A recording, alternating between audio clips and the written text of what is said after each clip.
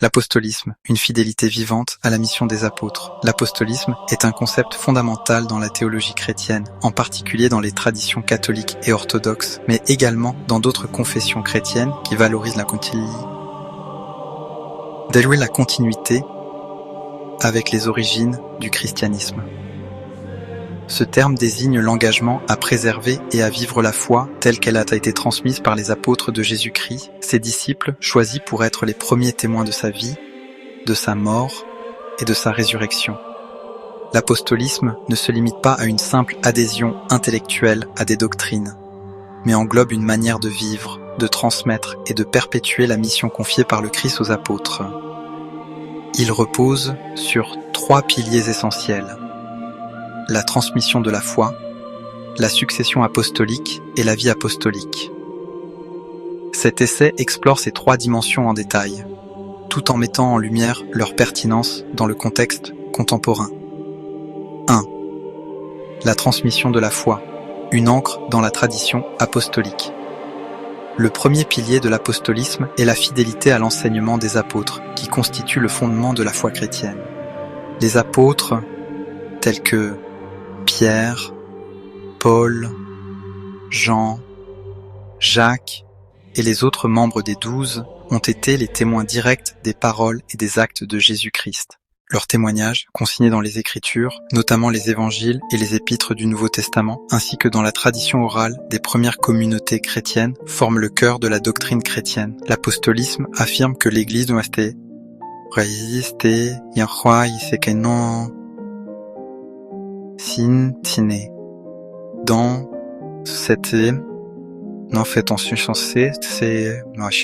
originelle pour garantir l'authenticité de la foi. Cette transmission n'est pas une simple répétition statique des paroles des apôtres, mais une proclamation vivante adaptée au contexte culturel et historique.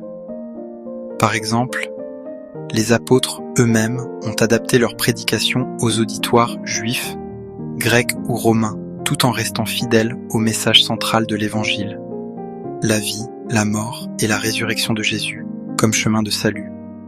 Ainsi, l'apostolisme implique une responsabilité de transmettre la foi avec fidélité, tout en la rendant accessible et pertinente pour chaque génération. Dans la pratique, cette transmission s'appuie sur plusieurs éléments clés. Les Écritures. Le Nouveau Testament, en particulier, est considéré comme un témoignage direct de l'enseignement apostolique. Les évêques et les théologiens s'appuient sur ces textes pour guider la doctrine.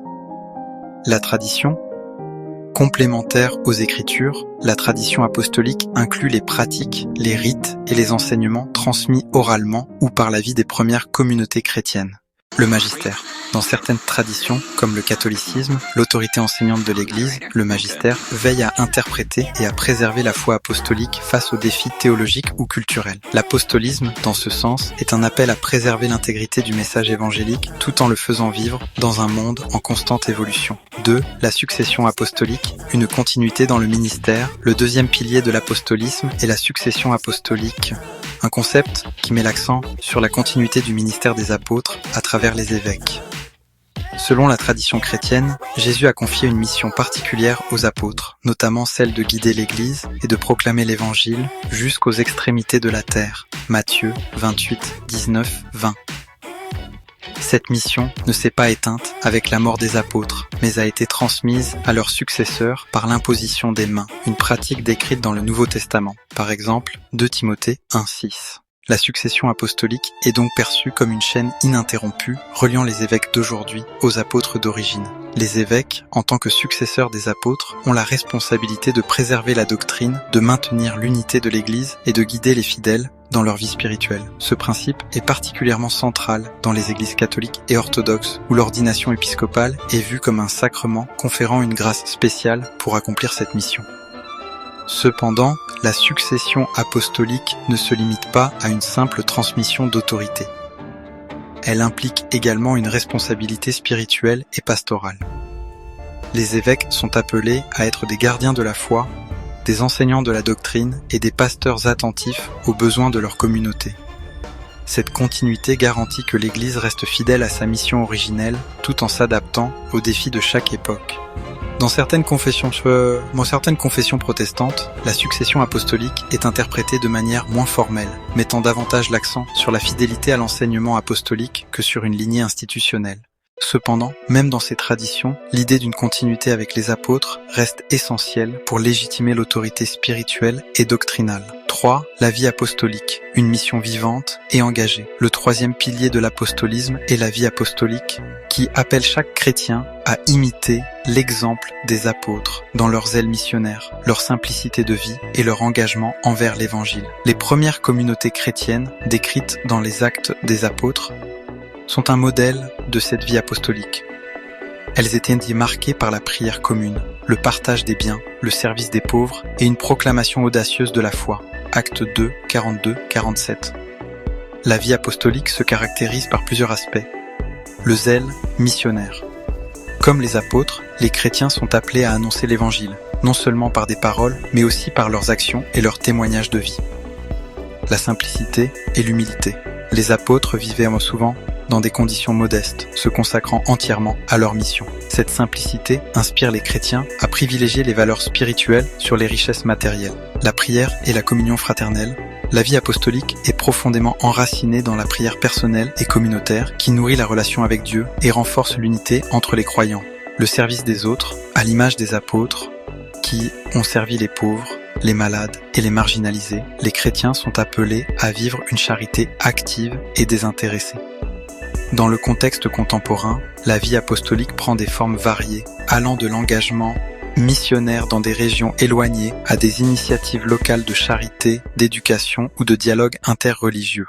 Elle encourage également les chrétiens à témoigner de leur foi dans des environnements souvent sécularisés, en incarnant les valeurs de l'Évangile avec courage et authenticité. L'apostolisme dans le monde contemporain. L'apostolisme, bien qu'enraciné dans les premiers siècles du christianisme, reste d'une actualité brûlante. Dans un monde marqué par la sécularisation, le pluralisme religieux et les défis éthiques, l'appel à rester fidèle à la mission des apôtres prend une nouvelle urgence.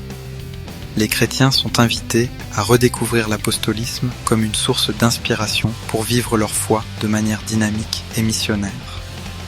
Par exemple, la transmission de la foi demande aujourd'hui une approche créative pour atteindre les jeunes générations, souvent éloignées des institutions religieuses. La succession apostolique, quant à elle, appelle les responsables ecclésiaux à être des pasteurs proches de leur communauté, capables de répondre aux questions complexes du monde moderne, tout en restant ancré dans la tradition.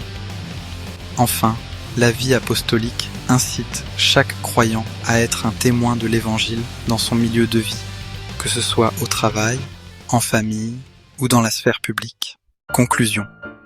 En somme, l'apostolisme est bien plus qu'un concept théologique. C'est une invitation à vivre la foi chrétienne avec fidélité, continuité et engagement. À travers la transmission de la foi, la succession apostolique et la vie apostolique, les chrétiens sont appelés à perpétuer l'héritage des apôtres, non pas comme un souvenir figé, mais comme une réalité vivante et dynamique. En restant fidèle à l'esprit et à la mission des apôtres, l'Église peut continuer à proclamer l'Évangile avec audace et à répondre aux besoins spirituels et matériels de l'humanité, aujourd'hui comme au temps des premiers disciples.